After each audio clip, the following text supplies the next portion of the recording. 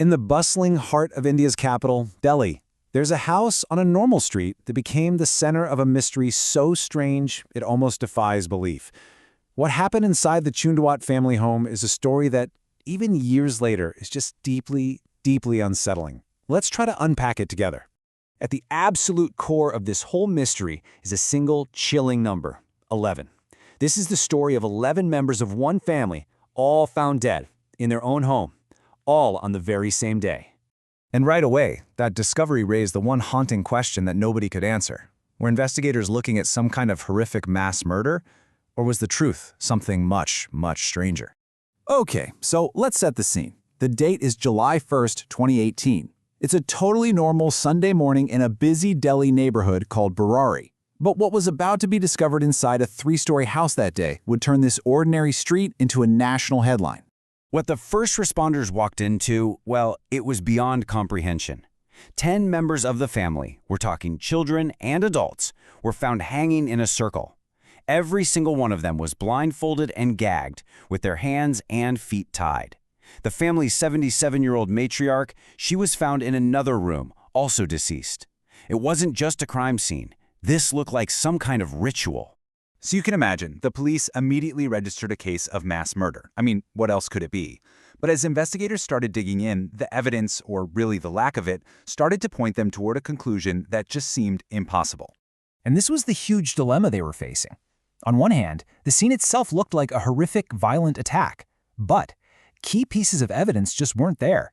There were absolutely no signs of a break-in. Valuables, gold jewelry, mobile phones, everything was just left in place, completely untouched. It just didn't seem possible that an outsider was involved. So if it wasn't murder, what on earth could it be? Well, the answer, the key to this entire mystery, was actually found inside the house itself. It was a collection of diaries. And these writings, they would reveal a secret story that had been unfolding for 11 years. So these diaries, they trace the entire tragedy all the way back to 2007, when the family patriarch, Bhopal Singh, died. Soon after that, his son Lalit started claiming to be channeling his late father's spirit. And for the next 11 years, this spirit gave incredibly detailed instructions, which Lalit wrote down in the diaries, instructions the entire family followed right up to their very last act. So, what was the point of all this? According to the diaries, this ritual was never supposed to be the end. The family truly believed that the hanging was just a path to salvation, a kind of temporary test. They thought that after a short time, their late father would appear and save them all. Now this is the crucial part. They didn't think they were going to die. You know, a story about a shared delusion written down in some diaries is one thing. But then, investigators found concrete, chilling proof from the family's final hours, all captured on CCTV, that showed just how deeply every single one of them believed. The surveillance footage is just heartbreakingly mundane. First, you see one of the women from the family calmly carrying stools into the house. Just a few minutes later, 2 of the children are filmed bringing in the very wires that would be used for the hangings. No one was forcing them. They were active, calm participants, just preparing for what they believed was a vital family ritual.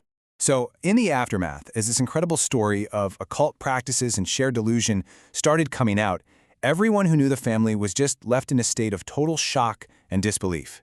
There was this massive disconnect between the family they thought they knew and the one being described in the police files. And this, right here, is the contradiction at the very heart of this case. Surviving relatives, neighbors, they all said the same thing. They were a normal, happy family. There were no fights, nothing unusual that would make you worry. This perfectly ordinary public image was a mask for this secret, decade-long occult practice that was happening behind closed doors. This whole incident, it left a permanent scar on the neighborhood. The house became this dark tourist spot, a house of horrors. And even today, the name Burari isn't just a place. For so many people, it's synonymous with this tragedy, and you can bet there's a sense of unease that still lingers on that street. In the end, the police closed the case. Their official conclusion? It was a ritual gone fatally wrong. But we're still left with these unsettling questions.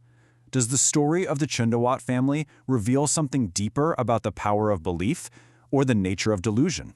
About the secret worlds that can exist just behind a neighbor's door? It's a tragedy so strange, we may never ever be able to fully comprehend it.